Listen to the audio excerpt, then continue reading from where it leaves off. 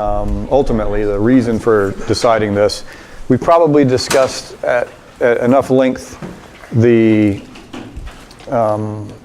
whether or not one thinks that good is exactly equal to loving or not.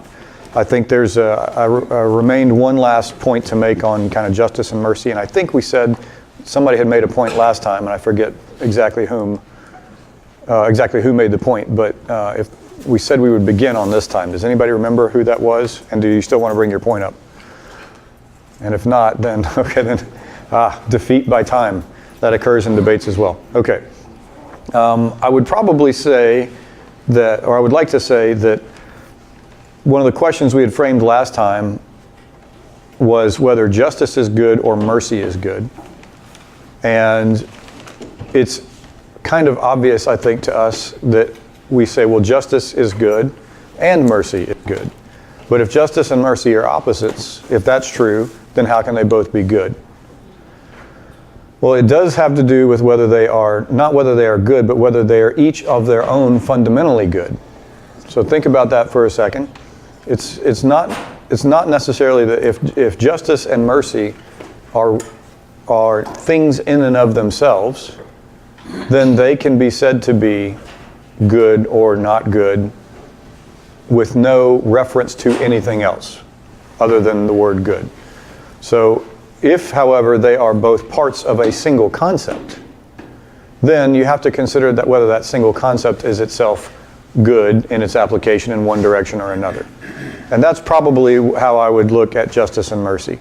Justice and mercy are actually about the treatment of someone who has done something wrong. Okay?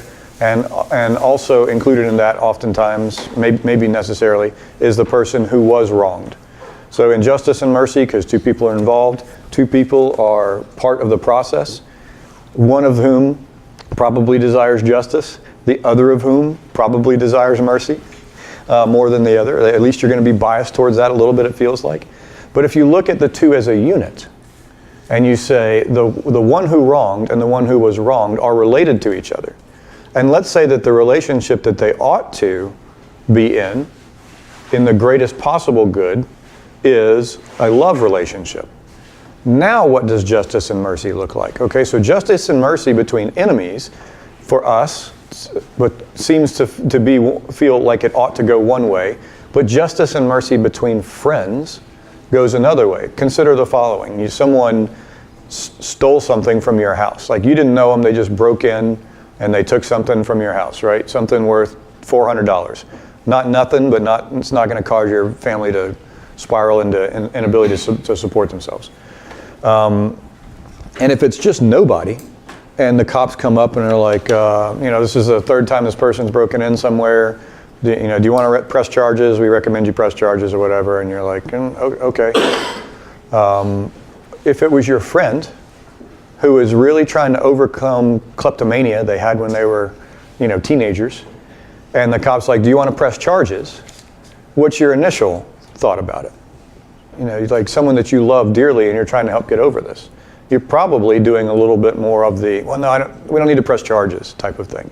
You're more inclined to mercy on the exact same offense. The offense is identical in both cases, but you're more inclined to mercy because you have a love relationship between the person who wronged you and the person whom you wronged. We would say, for those that want to argue, I'll use a secular example here, that kind of loving relationship between you and even an enemy is not better than straight justice, where straight justice is you don't have any regard for the other person. How you would treat the situation if you didn't know the person at all is explain to me the success of the opening part of Les Mis, where here's this guy that steals. I haven't actually seen it. One of the things I need to actually do in my life. But I understand that the protagonist steals a candlestick from some churchman, and the churchman tells the police, I gave it to him, and don't forget to take the following things too. Right? This is an example of love, and hopefully that bears fruit for the person further down the line.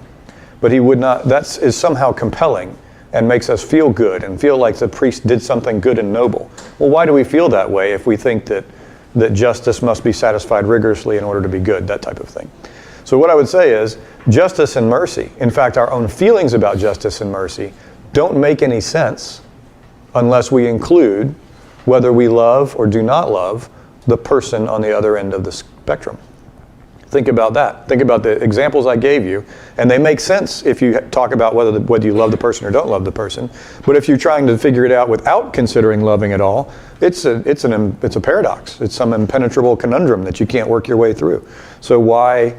I would just use that as a little bit more subjective evidence, maybe some intuitive evidence that good and loving are in fact the same thing. Okay, so at a minimum, what I'm going to say is my argument that I'm about to make, this isn't my argument, the argument I'm about to make is not based on this relationship being true necessarily. I'm merely pointing out to you that I think that this is an insight that's very important. Right? You're like, hey, why the 4 weeks of nonsense if it's 6 weeks? I've seen the 6 weeks, thank you. What is this bias? Yes. So what it buys you is this. I'm going to make the argument in terms of good.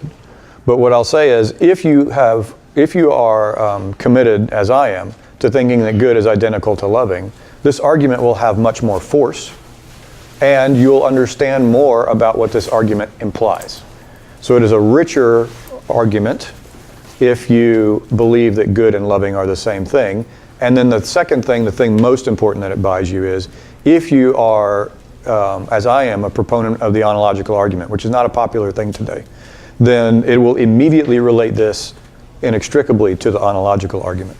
So all of these arguments for God are tied together in some way, some of them by weak ties, some of them by stronger ties. In this case, this would put one of the strongest ties between the two, and then it would relate it, in my opinion, directly to the Euthyphro dilemma, where the Euthyphro dilemma's third horn out, the third path out of the horns of the dilemma is that God, being a maximally great being, orders things because of the nature of who he is, not because he subjectively chooses it or because he's obedient to some higher nobility or higher set of ideals or something like that. And if it's the case that that a maximally great being is all loving, then Euthyphro also ties immediately into this one. And so I like this because it ties three very strong arguments for God together. Each of them stand independently of that tie, but they are enriched. Is that a word? They're enriched. They're better when you consider if this relationship is correct. Okay, so, but a good question. Otherwise, like, what are we wasting our time here for? Okay, here's the purpose. This right here, this argument on its face can be confusing if you don't recognize this as background to it. So if you are kind of the internet infidel, if you are the skeptic, if you are the questioner who's new to all this stuff, if you're the Christian who hasn't thought about this for a while, if you're the Jew, the Muslim, the Hindu, anybody who is first coming to this, the argument I'm about to lay out won't make sense unless you realize that the people who use this argument have this as a background. And this, by way of reminder, was, is there something that is morally, are there things that are morally right and wrong? And if they are, do they come from God or do they come from somewhere else? If they're objectively true.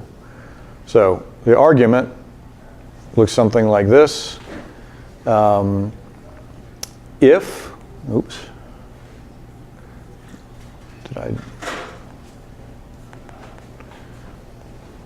right, I chose the wrong color here somehow. Let me see if I can figure out how to get us back in black. Okay. If God does not exist, objective, we've talked about what objective means. Objective moral values do not exist.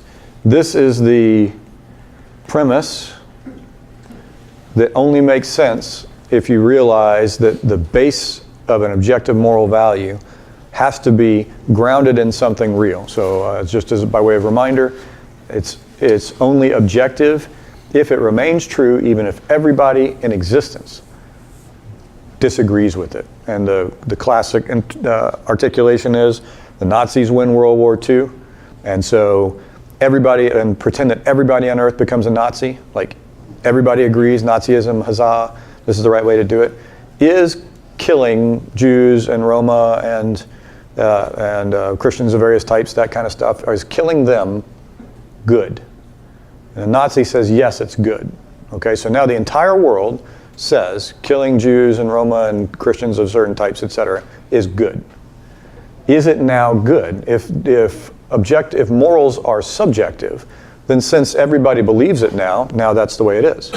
But if you would say, even if the whole world were Nazis, then killing Jews would still be wrong.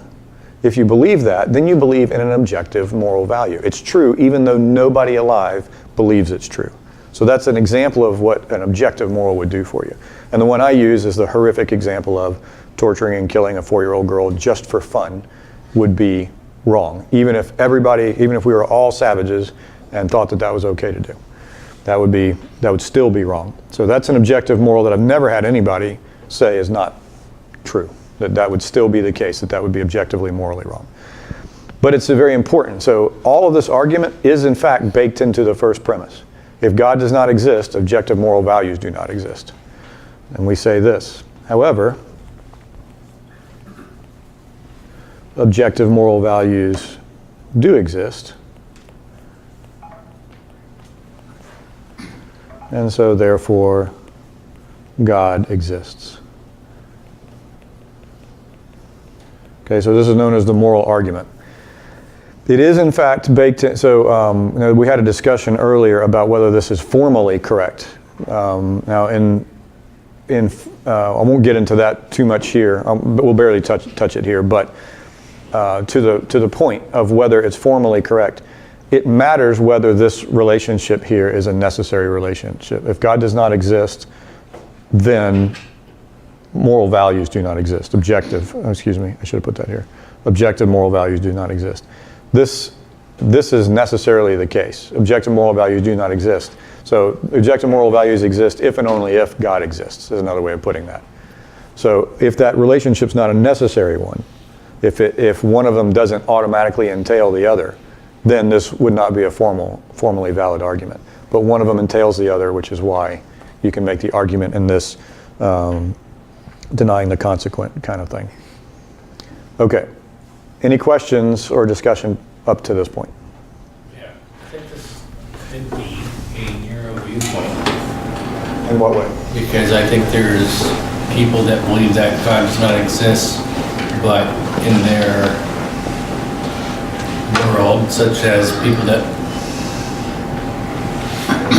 believe that Gaia, the earth, is their God, and pretty much they have morals.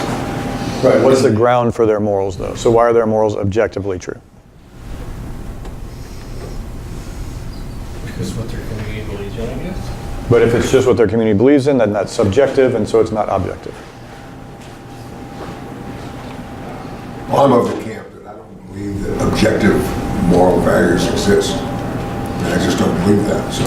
Yeah, so you have to, this argument does not go through for anybody that doesn't believe objective moral values exist.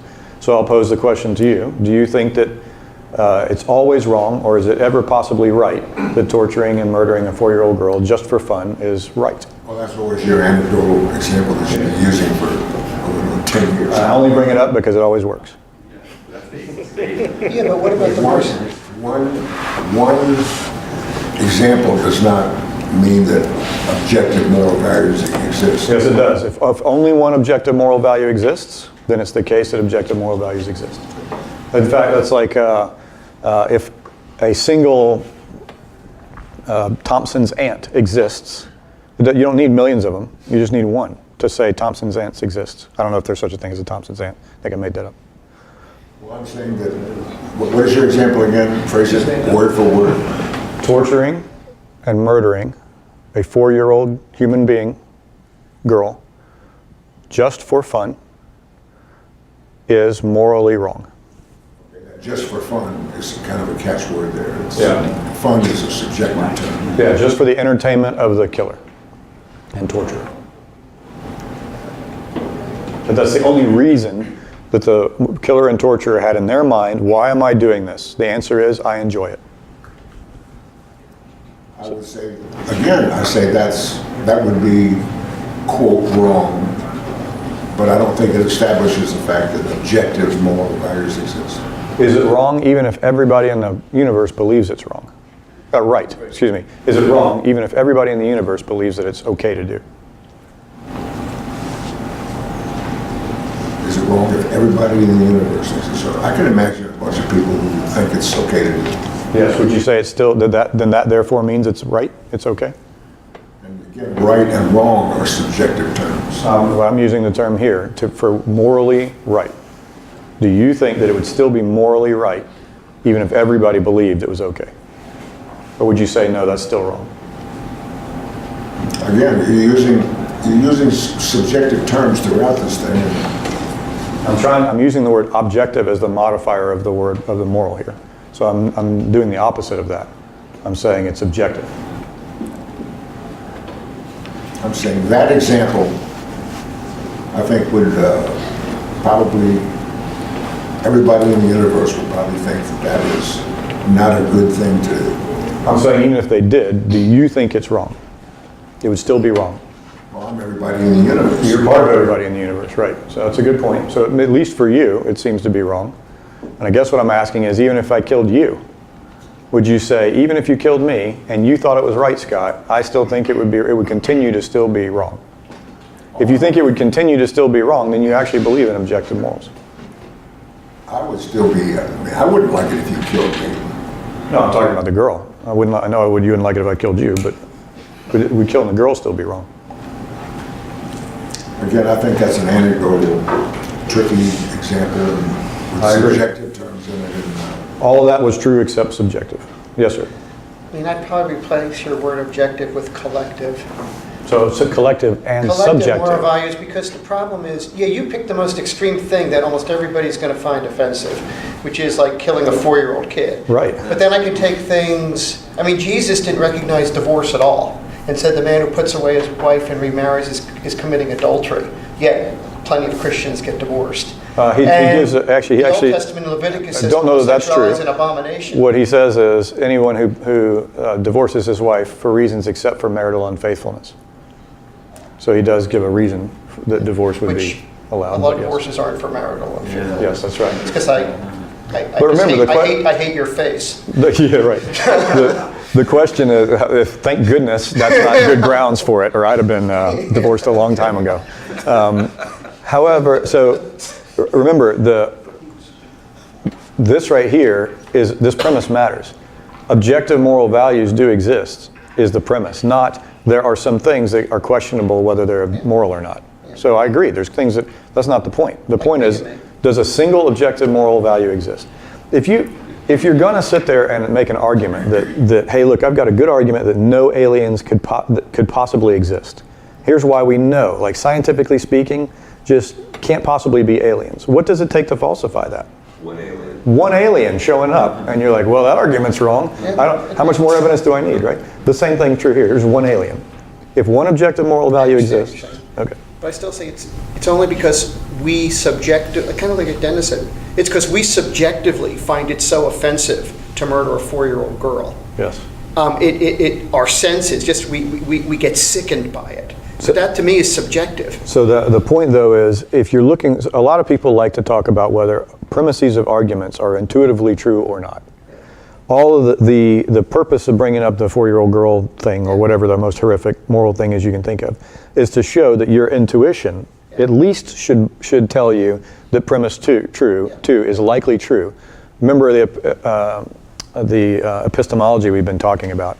Here's a properly basic belief that I have, or here's a belief that I have. It's properly basic if I believe it intuitively, that I don't have any known reason to disbelieve it. So that's this, right? Torture and killing. That seems right to me that would be absolutely wrong, that would be objectively wrong. There's just no example when that could be the case. Now, let me think of defeaters for that. Are there reasons to believe that my intuition is wrong about that? Okay, you may do that exercise by all means. But at this point, the argument is simply based on your properly basic belief that something like that would be wrong in absolutely any case. You believe in objective morals until you have a defeater for believing in objective morals. Now, what I would tell you is a good defeater for believing their objective morals is not, I don't want to accept the conclusion of this argument, which is exactly the reason that most people reject this argument. They don't reject this argument because they've really got a problem with me saying torturing 4-year-old girls for fun is bad. They reject this argument because they don't want to accept the conclusion that says God exists. You see my point? People would attack the first. It's very rare to have, this is not a new argument, very rare to have people attack the second premise. It's most typically the first premise, and people attempt to find a way to obtain objective moral values without there being a God. Yes, that's exactly right. Because attacking the second premise just feels like you're arguing for Nazis, right? You don't want to do that. You don't want to be in that position. And it's, yeah. Yeah, I think it might be helpful to show the difference between objective and subjective, and then distinguish the metaphysical from the epistemological side of this, because that seems to be the confusion. Yeah, but I sort of feel like we've been doing that for 6 weeks. Based on some of the things that's been said so far this morning, it sounds like that's where the confusion is. Yeah, I do think. Well, I think the confusion will always continue there, right? Like you can't. If you are biased enough to say I don't want to accept this premise, you will continue to be confused. And the reason you'll continue to be confused is if this premise did not exist, if that premise wasn't the conclusion, if the conclusion of this one, let's pretend that you ran this argument and the conclusion was God almost certainly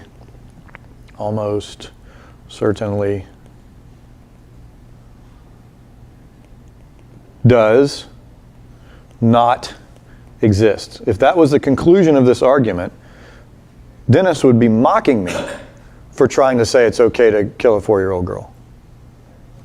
Right? You wouldn't be arguing that point. You'd be like, it's absolutely the case.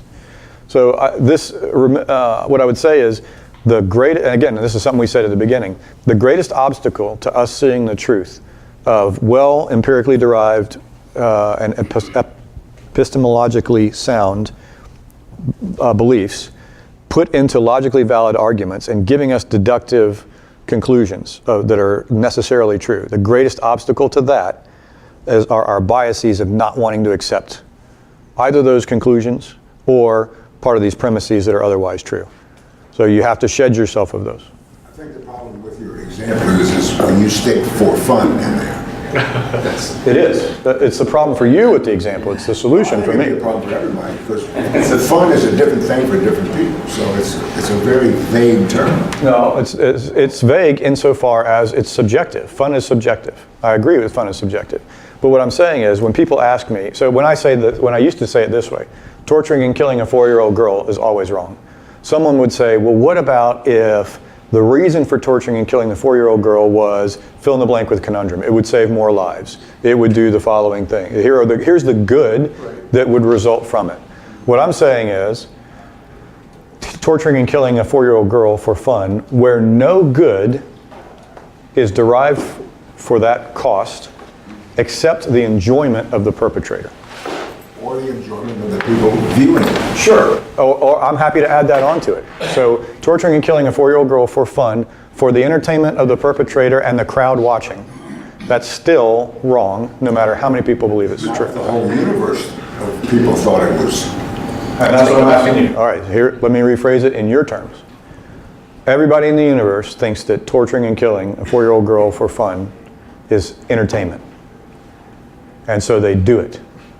Do you think that that's right, or do you think it's wrong to torture and kill that 4-year-old girl for fun? I'm part of the universe. Okay, so do you think that that's... I would have to in that example. Okay, but can you imagine a world? Can you imagine a world where you would? That's a very good point, though. So Okay, but it's a good point to think through. it's what does a it good mean point if it's not because this one right here. Here's the problem with that. Here's why it's not a good, maybe it's a good No, point. it's a good Here's thing why it's to not a talk solution. about. Yes, Because that's I right. think it's excellent to think through, well, what do we mean if objective moral values exist? Well, then everything becomes subjective. If you say it's an... Yeah. So, but hold if on. it- Let me point out. Let me get to the point on this one, because you're right. It's good to see talk where I'm about. going with this. I do, but here's the universe. Okay, this is the universe, and here's everybody in it, and here's everybody in it watching, and this poor 4-year-old girl getting killed for fun, and they all enjoy it.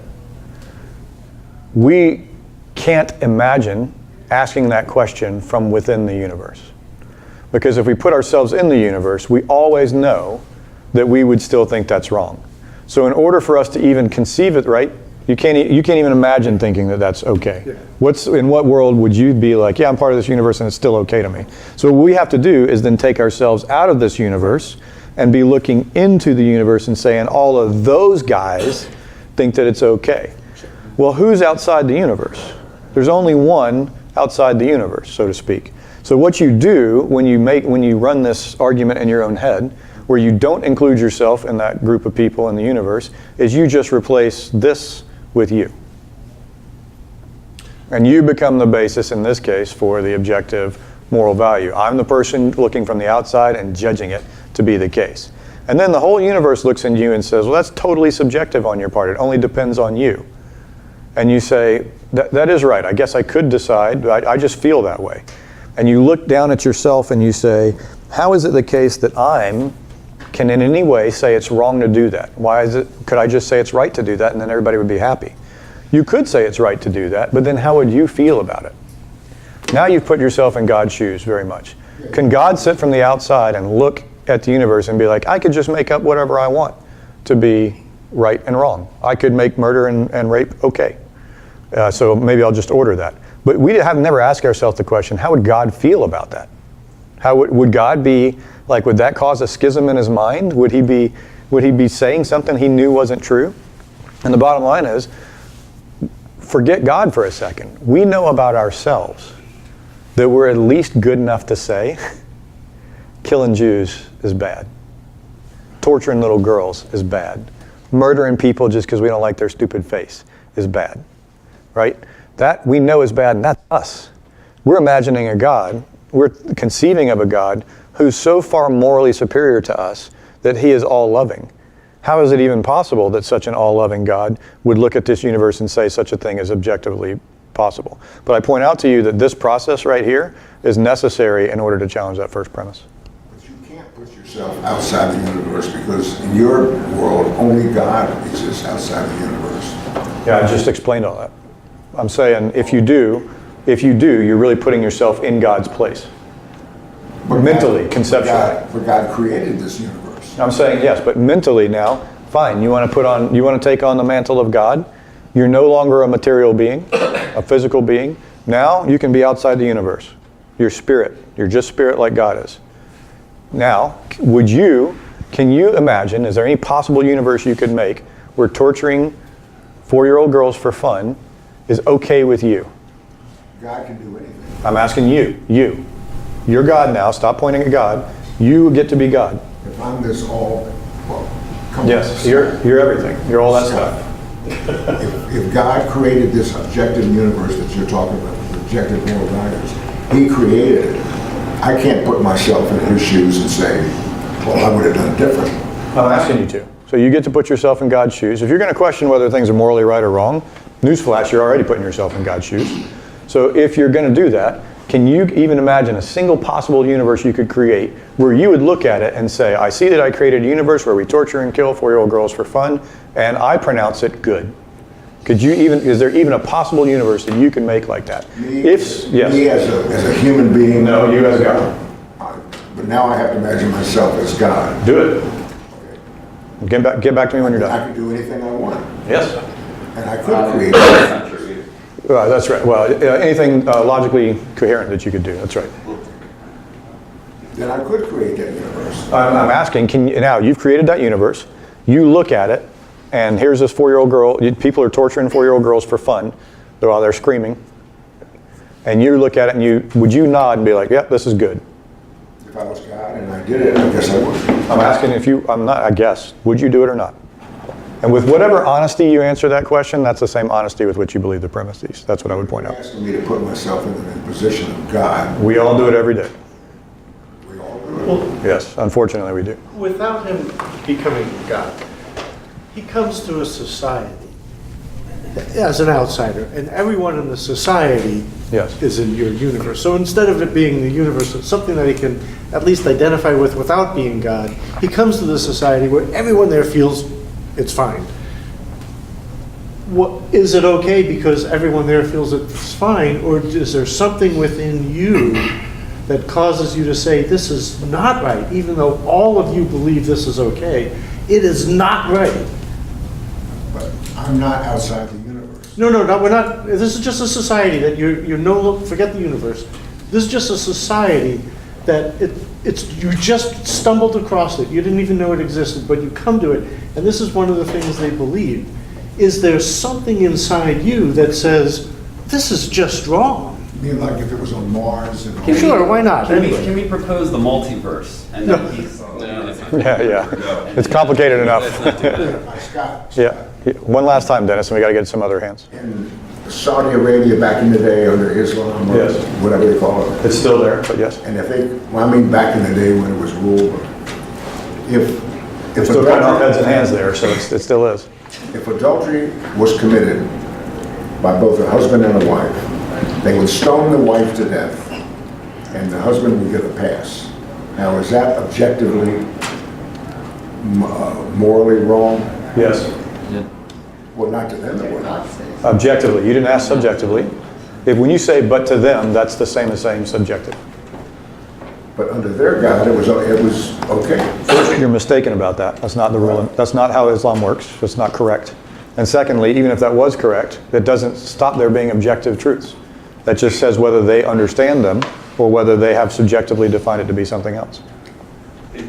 So there's a danger in pulling other societies and stuff like that into discussions and arguments, because there's, I mean, a countless number of examples of savage societies that do really jacked up stuff during various points in time where like anthropologists have gone and observed it and all that stuff. At the end of the day, what this comes down to is, where do you anchor, where do you derive objective right and wrong from? If you're saying there's no God and you're saying objective moral truth doesn't come from God, then it's up to us, then it's up to humans, then it's up to consensus, and that's a floating target.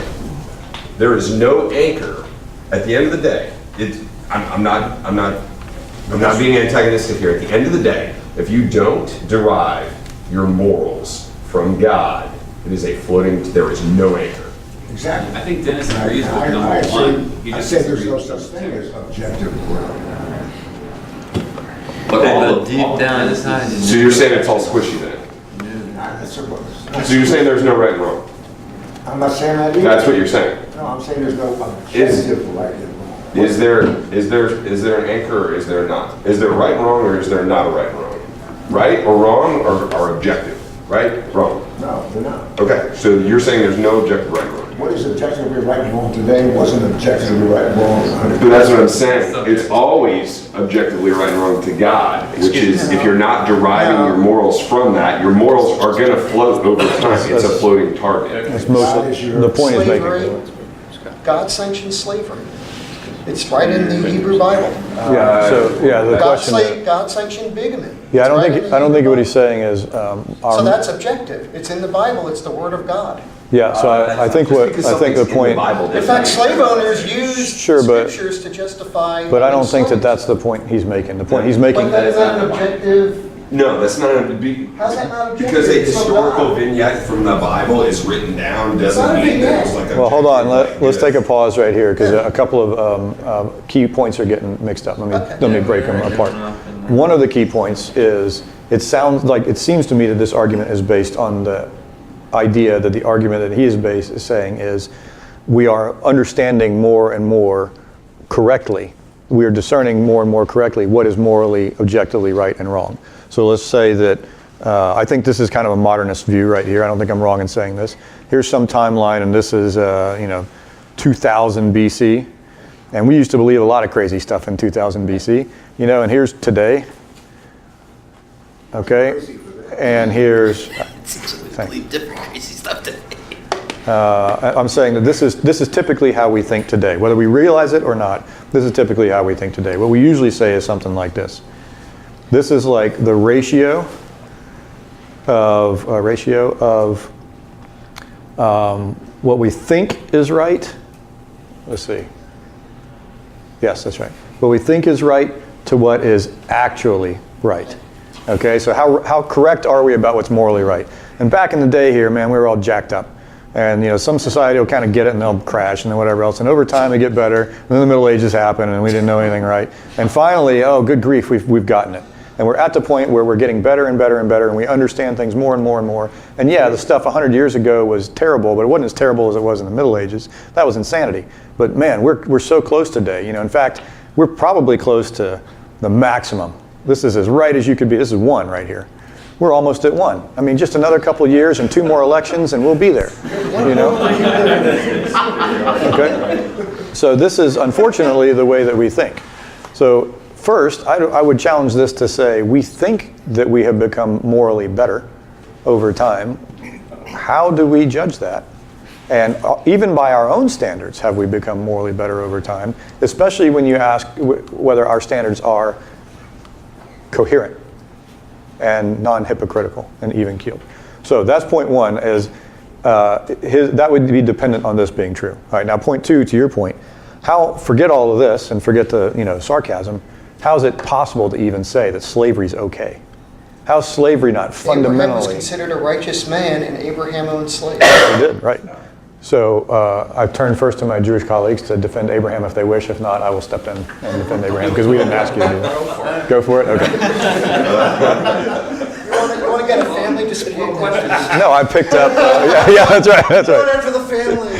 Yeah. Go get them, boys. Can we first see, does Dennis think slavery's wrong? No, because no one ever apologizes on the grounds. That's the rules. It's the reality of debating, right? It never happens on the grounds. Okay, so let's talk about this one for a second, because this is, if it's not directly related to, it should be directly related to our question of like objective moral values.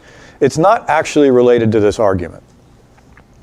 It's only related to this argument if you're going to stick the Judeo-Christian God in place of that one. So, okay, here's your you're claiming that this is the case, but your God does horrific things, so it must not be the case. So that doesn't actually, and I'm not saying you said this, because you didn't. People who, not him, because he's not doing this, but there are people who object like that. Well, your God does terrible things. Okay, fine, that does nothing to this argument at all. At all. Zero. This argument stands regardless of whether the Judeo-Christian God is a moral monster or not. Because think about it for a second. If the Judeo-Christian God is the God that's out there, and what he does, this is going to take me some time to work through this, and what he does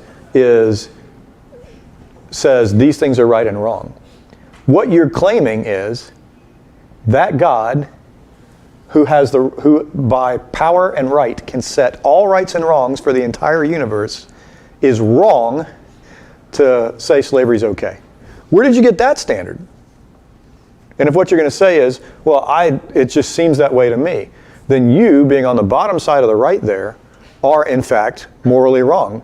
And if you're logical, if you say God owns the rights because he creates things, I think that if I create things, I own the rights, God creates me, I disagree with God, then it's his right to say that I'm wrong. And so for me to be logically self-consistent on this one, I have to agree with the higher right that my intuition about this is in fact wrong, and slavery is therefore right. If you say, nope, that's not right, then you are saying that there is some objective moral standard to which God must adhere, because you can't use your own subjective feeling about this to overrule God's standard. Objective doesn't change, correct? Objective cannot change. Objective cannot change. Yes. And you're saying, so God did not approve of slavery and bigamy in the Hebrew Scriptures? I'm saying, I didn't say that at all. I said he did. That's true, that he did not. And in fact, the Hebrew Scriptures... But before we get specific there, rules for handling slaves. you're down the path. Do you understand the point that I made so far? I'll get to your point in a second. Okay. You get the point that I made so far? Well, you answered my main, which is you agree objective doesn't change. Yes, I agree objective Over doesn't time. change. So People now don't just get better and better and better. I got it. Okay. My question to you is, why is it wrong for one person to be enslaved by another person? It's like the 4-year-old girl being tortured. Like, so intuitively you Most feel it's people wrong. intuitively would just find it to be reprehensible. Not if I lived in Charleston, South Carolina in 1830. Well, right, but I mean, people volunteered for No. it. People volunteered for it back in the Jewish day, right? If you were a servant in the household and your master made you free and you did not want to leave, then the master was to take an awl and take your ear to the doorpost and pierce your ear with an awl through the doorpost, and you would belong to the household forever. They voluntarily did it. So it must not have been so bad that So everyone- it's not 4-year-old girl for torture. Everyone in the Hebrew scriptures who was a slave volunteered to be a No, slave. what I'm saying is, your point was, like a 4-year-old girl, it's intuitively obvious. But what I would say to you is, at least in some cases, it's not intuitively obvious because people volunteered for it. I've never heard of anybody volunteering and being tortured and killed for fun, right? So we'll agree that there's some difference in there. So fine, let's talk about the other kind. Why is it, let me ask this question. Is it always objectively wrong to grab someone from the little society in which they live and kidnap them, take them away from where they are, put them into a place where they work for you, they don't get paid at all, and you're going to keep them on a relatively uncomfortable bed in a tiny little room somewhere? That's always objectively morally wrong.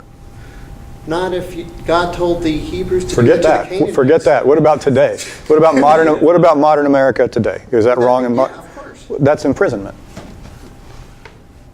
Right? Well, I didn't describe slavery, I described someone who just got convicted of a crime. Yeah. Okay? I went to their environment, to their little community. I grabbed them out of their community. I kidnapped them. I put them in cuffs, put them in a squad car. They sat in front of somebody. He put them in this little cell, and now they work for me. They make license plates and all kinds of things. That's morally wrong? You don't think anybody should ever be imprisoned? Well, if they were convicted of a crime. Okay. So now slavery, because that is apparently the same as slavery. In fact, the 13th Amendment specifically says unless convicted of a crime. Okay. So then for criminal reasons, it's okay to make slaves. Is that true? It's not true. For criminal reasons, it's okay to make slaves. They're not slaves Oh, really? Are they free to go? eventually. Do they get paid for their labor? No. Okay, then how's that not a slave? Because Like, we don't like to say it, by the way, but in case you're wondering, prisoners are slaves. They're not free to go. They do what we tell them to do. They get up when we tell them to get up. They go to bed when we tell them to get up. They don't do something right, we throw them in solitary confinement. Yep. And if you're a Marine and you're on board a boat, we can put you on bread and water for 3 days. The difference is that it's punitive. Okay. And Right, you did it's, something. For a purpose. However, I'm Okay, going all right, to well, take- hold on, wait. For punitive reasons, tell me a slave in the Hebrew that the Hebrews made that was not done for punitive reasons. So we just agreed. Now, by the way, this is what I'm talking about: consistency. We don't like it, but if we're self-consistent, what we just said is those horrible old Hebrews. How dare they? By the way, I don't think they were horrible. Okay, fine. Right. But I'm saying, let me caricature it for you. Those horrible old Talking Hebrews. about my ancestors. Right. Well, I can say those horrible old Scotsmen, and I can say that without fear of contradiction, depending on which one I'm talking about. Outlander, and you guys really were horrible. Oh, well, yeah. I just saw the kid have his ear nailed to. Yes. I wouldn't say that we were coming from the best place of moral excellence at all times in our past. Good show. You should watch it. What your people did. Yeah, I know. I'm kind of conscious because that's what we do to each other until somebody else shows up, and then we're like, let's go do this to them, and then we do that to them, and they're like, now let's do it back to each other again, since there's nobody else around here to fight. Thankfully, Christianity came and rescued the Scottish people from the barbarians and savages that we were, and focused us on becoming good and holy people. Some of us. I wish I was in that one. I wish I would be. If I can be counted among that number, I would be very happy. Okay, but do you see what we're doing here, right?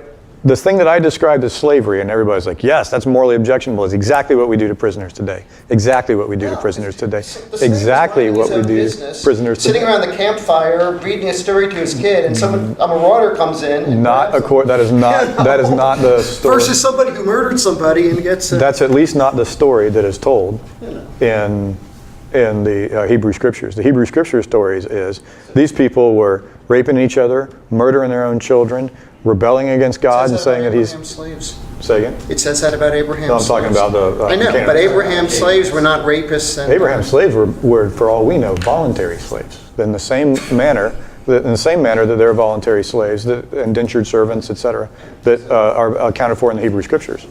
right? we're off on a- Don't forget, let me ask you a question. Oh, wait, hold on, hold on. Go back to your point. Go Hold back. on. So Hang on, Sam. Wait, let me finish one point because this needs answering. Who was Abraham's heir going to be? Isaac. The head of his household. No, one, Well, Ishmael. Nope. Before he had children. The head of his household. the son, the son of his Before he had servant. children. His chief servant. Yeah. Is that the definition of slave that we understand today? I just bring that up. Go ahead. Is that So an what you adequate say defense is- of Abraham for today? I think what you said is generically true, although I think you could come up with You guys get together on the situations same team where just for a second, please. slaves were not punitive. But I think there's a bigger issue here in that all that the Bible says is not said for exhibiting truth. Meaning, just because David killed someone to take his wife doesn't mean that that was good. And yet, the Bible clearly says that God was, or David was the only man after God's own heart. And so just because... Doesn't say the only one, but he says he was a man David after God's own was in heart. timeout for years after he did that. He was, and he lost a David was lot. punished for that and was in time before he was restored. And you could say that the consequences of Abraham's decisions... But that's to his went point. for His point, the years point and he's years and making years. is, just because the Bible, what he's saying is the Bible describes an action does not equal God endorses the morality of that action. That's what he's saying. Absolutely. Right. And so to say that the Bible actually states that slavery is good and truthful, it does not. It does not teach that. I'll take But that let me. I was trying to bear the burden of saying I will buy that that's the case. And the reason I was comfortable bearing the burden is, at least today, there are only a handful of people today whose own stated moral beliefs and ethical beliefs are such that they could answer charges, that they could levy charges against Abraham and ancient Israelites and whatever else, and not be guilty of the same crimes that they impute to others.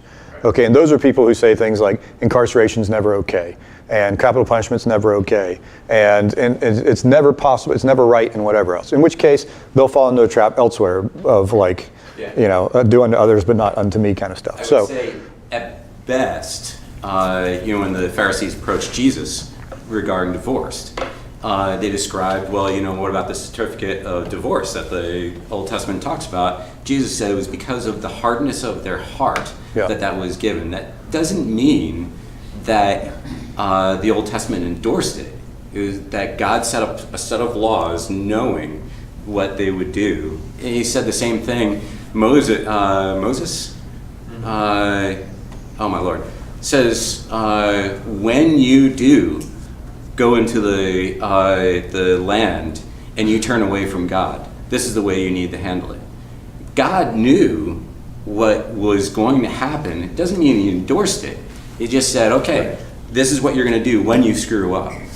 So I think it would be a real hard battle to teach that the Bible actually endorses and teaches slavery. Even though it gives a whole set of rules and codes for it. He said the same thing about divorce. So the point he's making here is, you are saying if Moses came down off the mountain and he promulgated 613 laws, that those 613 laws have God's imprimatur on them.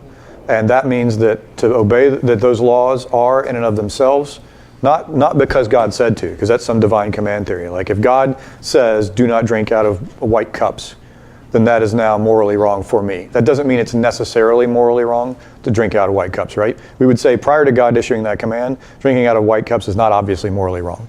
But God said not to. Now for me, I can't because now I'm disobeying God. Drinking out of white cup, not wrong. Disobeying God, wrong. Okay. So that these 613 laws are necessarily in and of themselves morally wrong.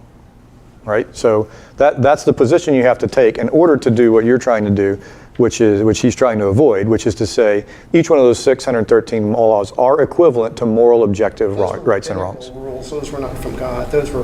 Well, I mean, but that's not the point you made. The point you made was together and taking scripture and the mitzvah. That's not what you were saying earlier. You're saying if God says that. But that's not what God. Those Okay, but I'm saying 613 rules even if he come did, my point is, it's either wrong under a divine command theory in the same way that it's wrong to not drink out of a white cup, or to drink out of a white cup, or it's wrong in and of itself. In which case, what you're saying is it's morally obvious that it's objectively wrong to ever incarcerate somebody, or ever take away somebody's freedom. And I'm just saying that's at least not consistent with what you believe yourself, because you think it is okay to put people in prison. So now you have to come up with Somebody's another violent reason for and that. will hurt other people, that's a whole different case than But enslaving that's the case of somebody the just Canaanites. because they were minding their own business. That's the case of the Canaanites, right? By the way, the servants of Abraham, the servants in a lot of these societies, are not so we see things often like when we think slavery, we think African slaves in the South in the United States, right? That's when we talk slavery, that's what we think. That's not normal, quote unquote, slavery. You saw often with the non-punitive, as you like to put it, versions of this in the Old Testament, what you see there is indentured servitude. Indentured servitude is when I come to Dan and I say, I'm going to basically do, by the way, in case you wonder what indentured servitude looks like today, let me ask you if this is the case. If you think indentured servitude is wrong, let's say that I come to you and I make a promise that for the next 5 years I will serve you. And I can't go serve anybody else and I have to serve you. And if I choose to run away and not serve you, then I am now going to be subject to all kinds of amazing financial penalties. And you're just going to make me poor and throw me in the poorhouse. You know, we call those contracts today. But it was indentured servitude back in the day. Military. But The military, yeah, don't even get me started on that. That's All right. slaves to our credit he's going to report, pay right? off your debt. Yeah, right, That's okay. the whole, he was going to pay off your debt. That's why you're coming to him and So putting yourself. what I would ask you to do is before you bring up moral objections, do think about it, whether you're consistent. Because if you're not, you don't have a right to object. You have The a, underlying point there is, and this is what you were trying to say, regardless of whether or not the Bible actually teaches slavery, you have a sense for what ought to be. And not only do you have a sense for what ought to be, but what someone else ought to do. And if in fact all morals are subjective, it really just comes down to being socially proper. And each person, therefore, needs to make that decision on themselves whether or not they want to do that. And you've got no ability to say you ought to do this or that. Dennis and then Katie and then Steve. I'd like to ask the experts, what they call the Old Testament? Yeah. What is your book? What is my wife? Is it right to call it the Torah? Is the Torah the entire Old Testament? No, it's just the first 5. 5 books. What does what they call the Old Testament say about slavery? About slavery? God endorses slavery. Thank you. Interesting. And let me ask you Well, a quick don't say question. it. Don't say it with a smile on your face. No. You endorse slavery. Right. And do you endorse slavery? I do not. You do not. Well, Are you in the broad, hold on, in He's coming off the top rope. Better watch out. yeah, in a broad term of wow. So in the ways you've placed it, I'm fine with it. Okay. In biblical terms, in God's view, I think it was okay. Would it be all right for me to go out, find someone, and drag them into my house and then force them to do what I want them to do without any consent or anything? I would say no. I would say But that was illegal. That right there, by the way, what you just said was punishable under Jewish law and by death, She said Right. yes. right? If you are a Christian, you are a slave. Right. To Christ. Okay. Yeah, I'll start reading the passages for you. I mean, you are a slave to Christ. You are a slave to God. You endorse slavery. Now, this is why I'm pointing out that you have to be consistent with what you're saying, right? Right. So at a minimum, the Christian doesn't get to say slavery is inherently wrong because the well-read, clever opponent will say in this case, right? And to that The devil's person in the details, right? will say, To we'll say this, Yeah. you are inconsistent with what you say is right and wrong. With the one hand, you say slavery is wrong, and the other hand, you say I'm a slave of Christ. If slavery is wrong, then necessarily being a slave of Christ is wrong. If being a slave of Christ is wrong, and it's commanded by God, then God has commanded wrong, or your version of God has commanded wrong. Your God is morally evil. Let's go back to Judaism. We have to be volunteers to be slaves of Christ, just point one. Yeah. Yeah, so, I would say you know, it's you're I would equivocate with that. everyone's a slave to sin. Yeah, right. For sure, that's Yes. Katie. I feel like someone has to play Genesis advocate here. Okay. Really. It's about time. But I understand how people can believe that objective moral values exist. I don't understand how it can be proven, because could it not just as easily be an illusion based on societal programming and collective good? Yes. Evolution, anything like that? Yes. You say that if we point out one, conundrum like a 4-year-old girl, Yes. well, the person killing her obviously didn't think that that was a problem. Yes, that's right. That's one person. Right. And Yeah. could it not be that we are all subjectively in agreement? That's one person that what?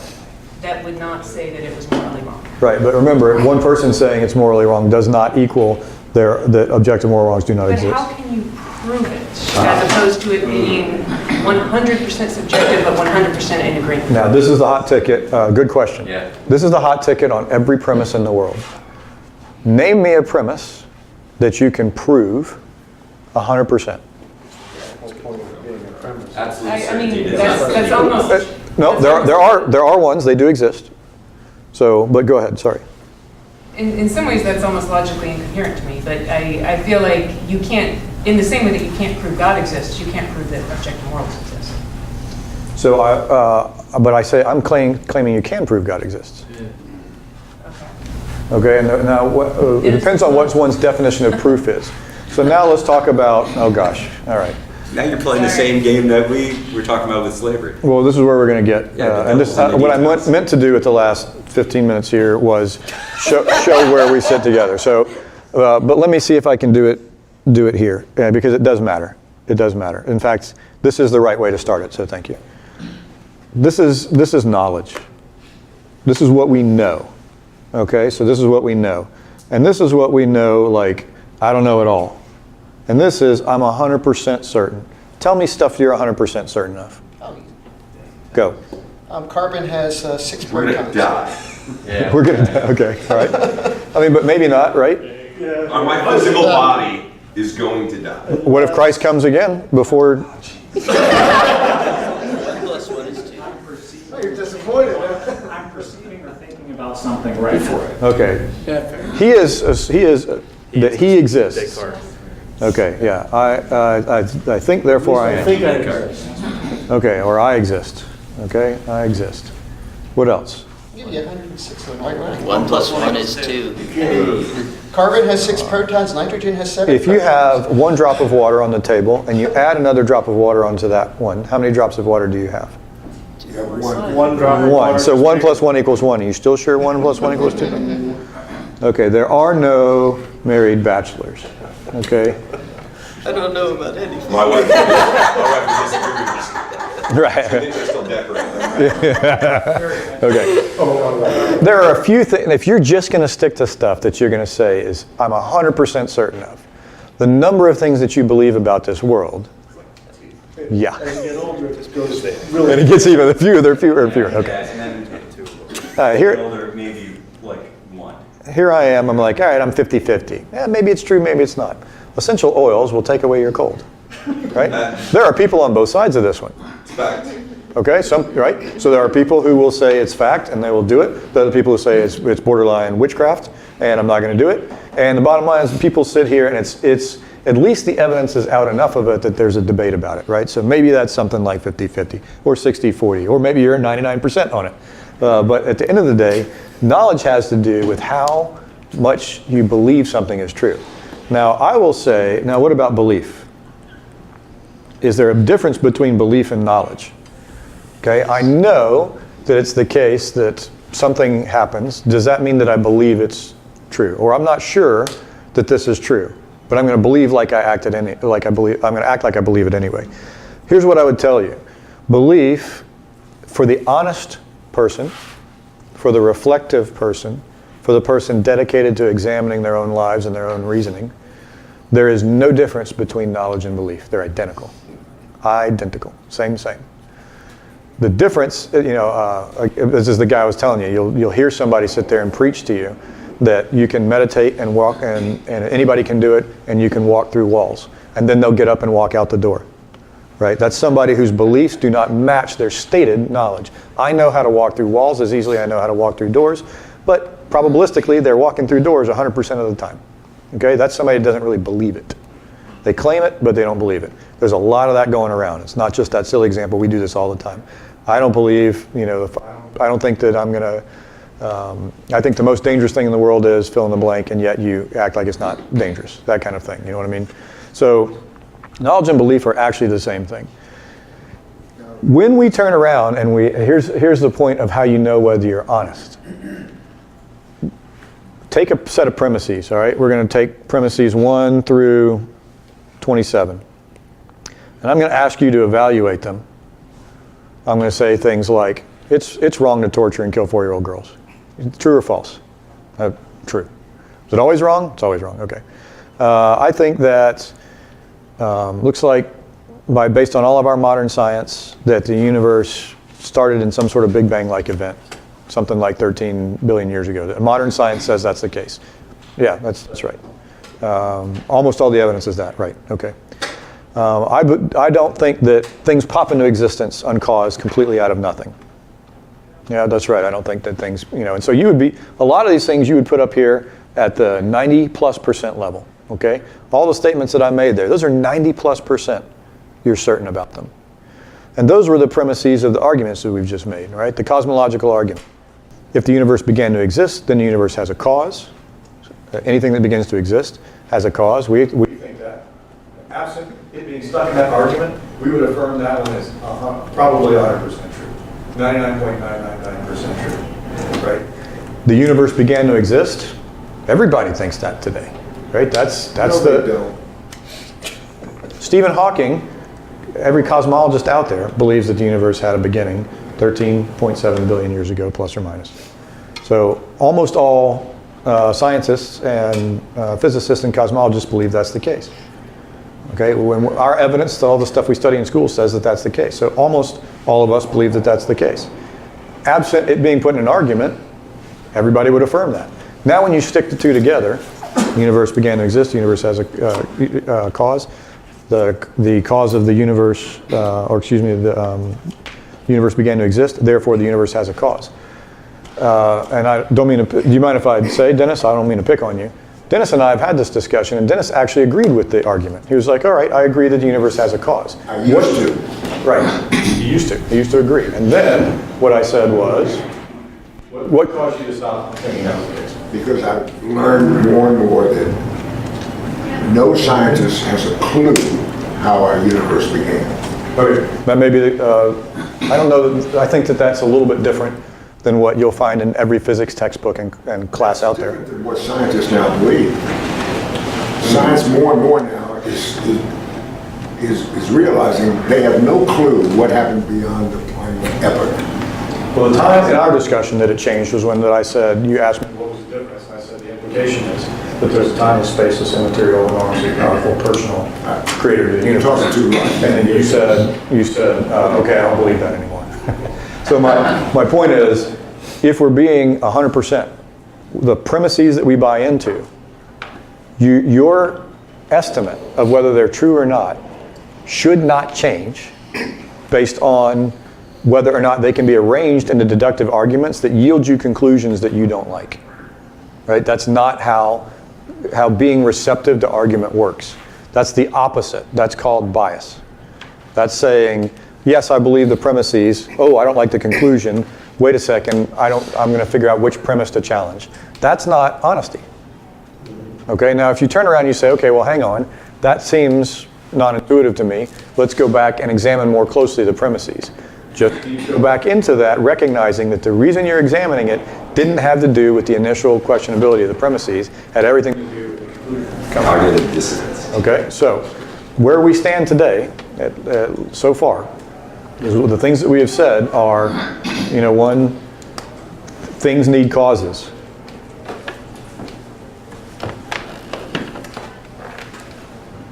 Two, universe began.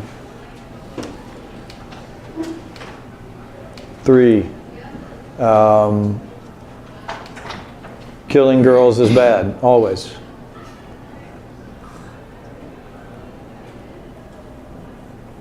For fun. For fun. 4, you need a God to ground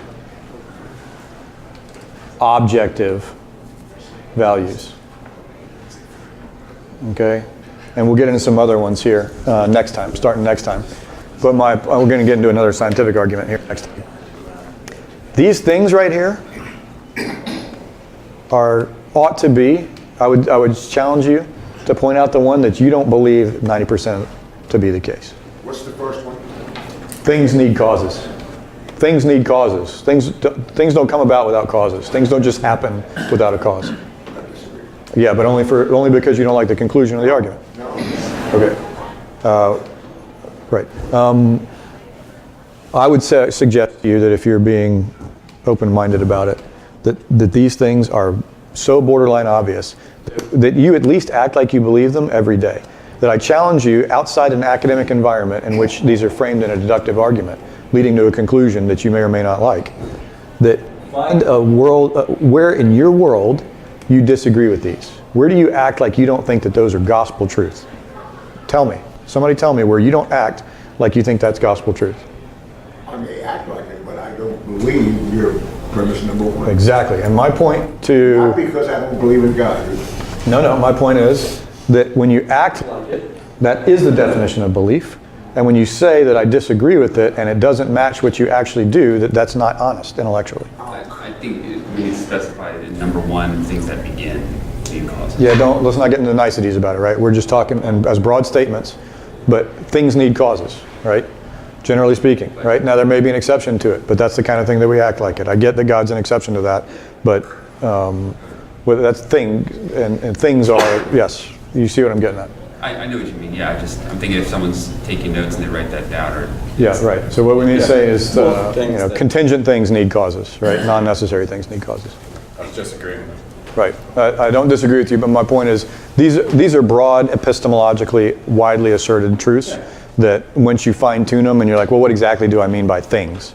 Okay, by things I mean things like 1 + 1 = 2 may not need a cause. Okay, because that's a necessary truth. I find non-necessary things is the universe necessary. We already ran that. But I'm trying to get to the idea is we act in our world like all of these are gospel 100% true.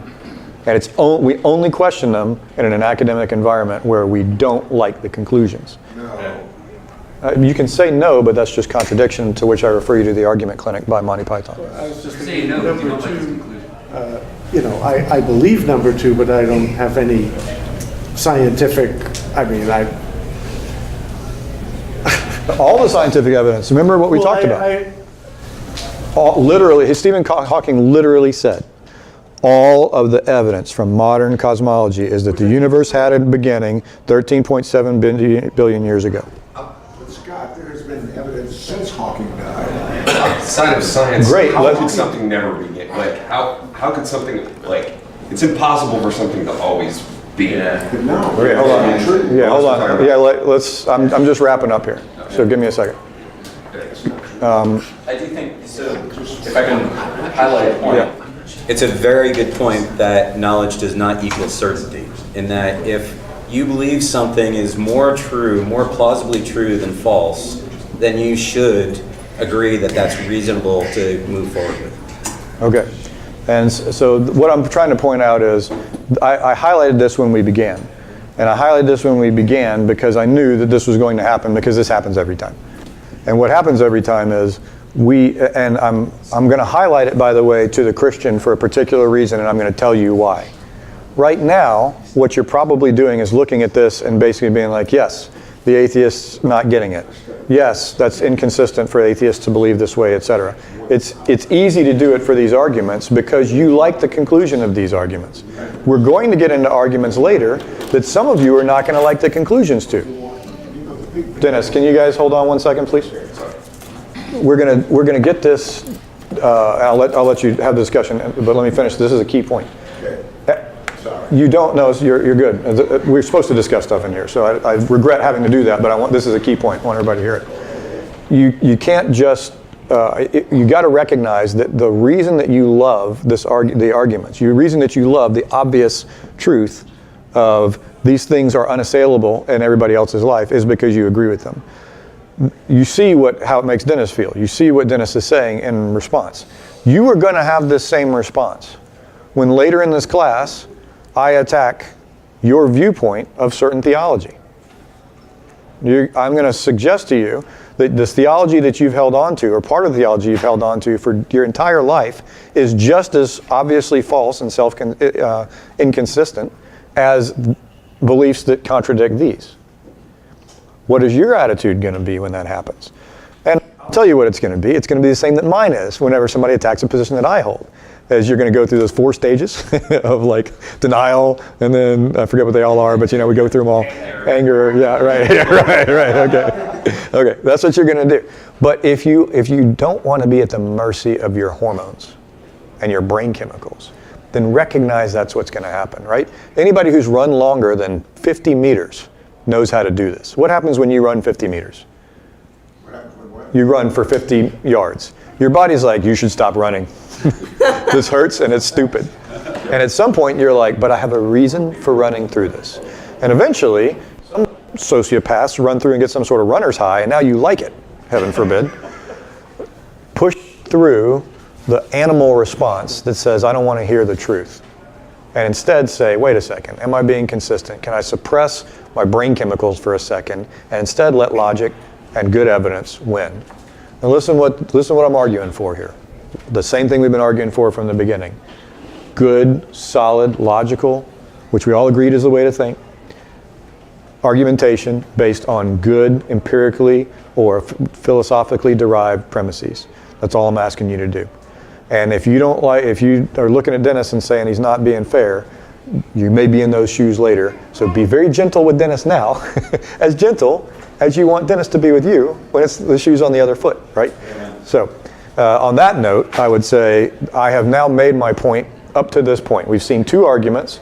The conclusion of these arguments to the open-minded to me is like, as certain as I am of the premises, however certain those are, is basically how certain I am of the conclusions. So which the kind of thing you ought to be thinking now if you're coming at it from zero is, all right, I see that there are good reasons to believe that God exists. That does not equal that the God of the Bible is the right God. That doesn't equal that these things, there's a whole bunch of other stuff to keep saying. But it gives us at least a starting point of saying this theistic concept of God appears to be the most reasonable, scientifically supported conclusion. Now, the scientifically supported conclusion is down to one premise right now. We're going to start next time the argument that is going to enrich that scientific side. So the philosophical side is fairly solid now. Let me enrich the scientific side next time so that what we can say after January is this. If you're a scientist and you're a philosopher, you are unreasonable to think anything other than God exists, unless you've got some really good argument that people have not raised yet. And that should be the starting position, not the I need to get to position. That's the default position, not the exceptional position. That's what we're going to be doing by June. All right, sorry. Go ahead. What were you guys going to say? We're good. You good? Dennis, did you want to, I cut you off. What did you want to say? We're going to duke it out outside. Very good. All right. All right. Thank you very much. We'll see you guys next time. Merry Christmas. Happy Hanukkah.